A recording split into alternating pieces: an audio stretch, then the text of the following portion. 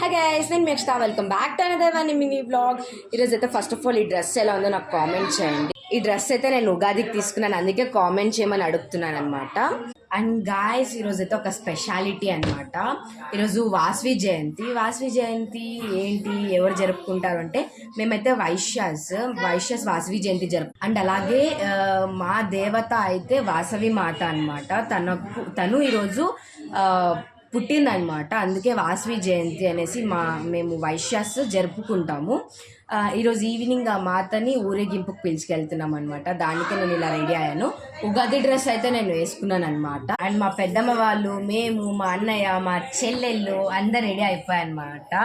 And ఊరేగింపులో అయితే మా ఇంటి ముందు వచ్చినప్పుడే మేము జాయిన్ అయిపోతాం అనమాట.